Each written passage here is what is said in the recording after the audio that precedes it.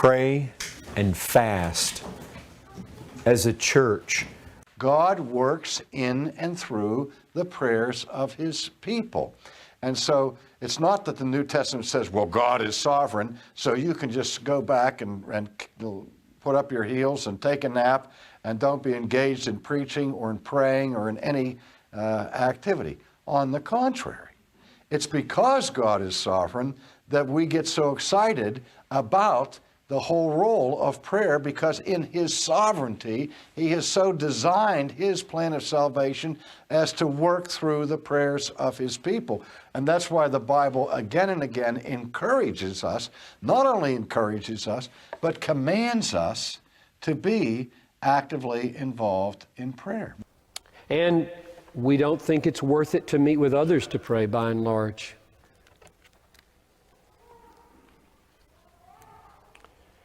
And we wonder, why is my faith weak? Why is my hope feeble? Why is my passion for Christ small? What cannot be overcome in prayer? Answer me. What cannot be done by the hand of the Almighty? Answer me. What can be done by your feeble arms? Answer me. He can take down the Iron Curtain in a day. He can convert a nation in an hour. Call upon Him. Believe Him. The devil defeats most praying before it happens. And the devil hates me and my prayer life like you wouldn't believe how many good things keep me from praying. Not sin. Sin does not keep me from praying. Righteousness keeps me from praying. Answering holy emails and other holy things. And just checking out one more piece of relevant news to pray about at whatever news service you click on. It's not evil that keeps us from praying. It's good things, and He is shrewd to the bottom. A man may come into work early so he can slip away to go hunting. A wife may want to slip away to go to the mall. They slip away to the things that they most enjoy. Isn't it a crime that Jesus Christ and the labor of the kingdom seems almost to be work that we want to slip away from? Basically, the chief commandment of all is to love God with all our heart, mind, soul, and strength. I am certainly not in any place to say God is more pleased with you if you put away food to express your dissatisfaction with not having more of Christ, and earnestly to seek the Father and to press into that inner place and to say no to physical appetites so that you can say yes to pursuing Christ. I don't know if He's any more happy with you if you do that than if I say, you know what, I'm putting away the computer or TV or whatever it is that people have, whether they say I'm doing it for life or whether they say I'm doing it for a month or I'm doing that because I am going to seek Christ.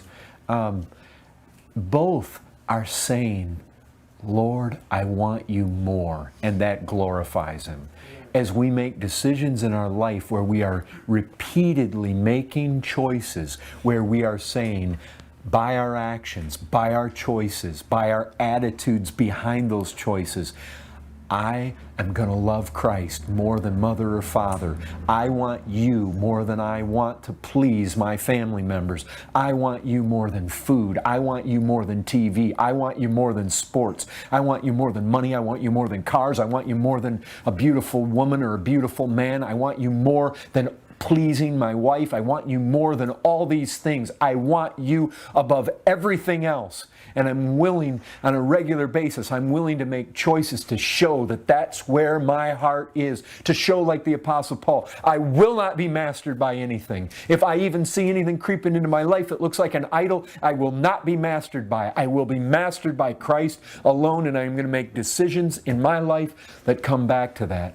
I think all of this, it's really the attitude behind it. It's not the mechanics of it so much. And be very careful that sometimes you don't take along all those books with you.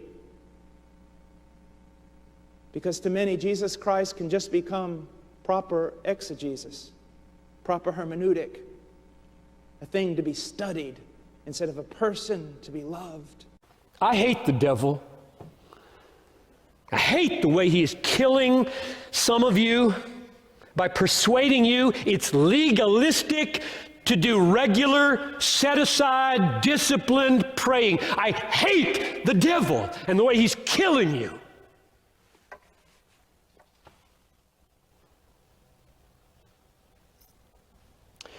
Telling you that it is legalistic to be as regular in your prayers as you are in eating your food.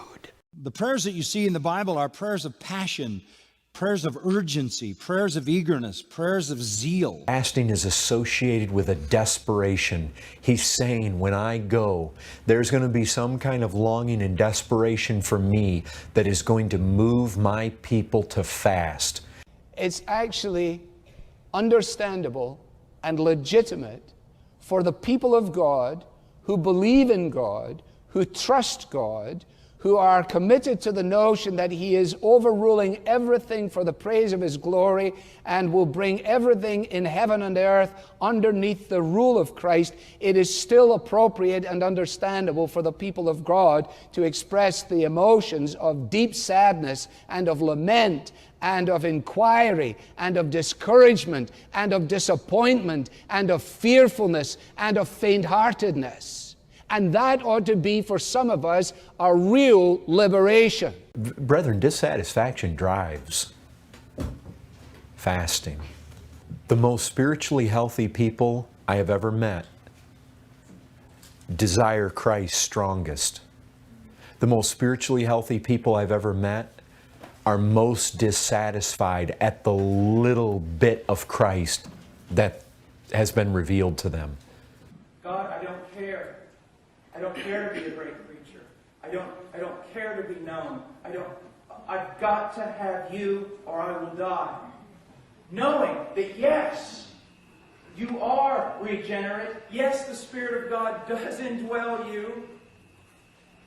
But that you want more of Him.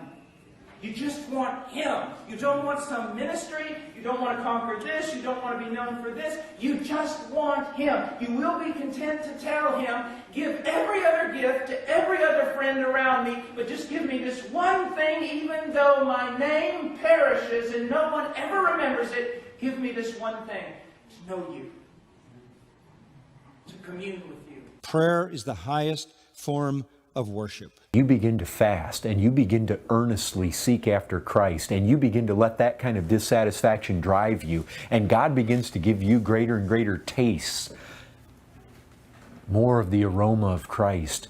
It will only stir in you a greater dissatisfaction. You will only want it more. And brethren, it becomes perpetual.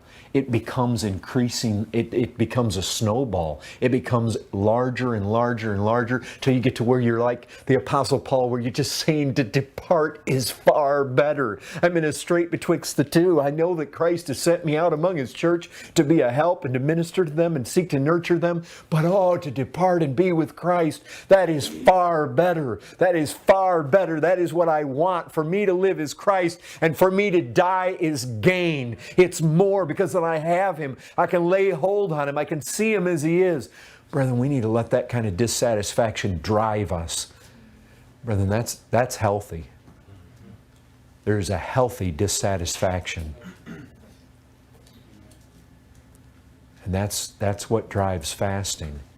Every prayer you make should have the implicit meaning, hallowed be thy name. If you pray a prayer and do not implicitly mean, hallowed be your name, it's not a God-honoring prayer.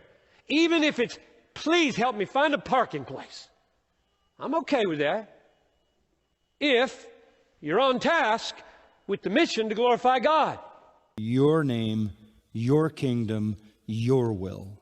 How in the world can 500 million people call themselves Christians and think that prayer is speaking what you want at God and believing that He has to give it to you? Brethren, when we go earnestly after our God, go hard after God in prayer and fasting for ultimately that Christ's name might be made great among the nations. The purpose of all prayer is God's honor, God's purpose, God's glory.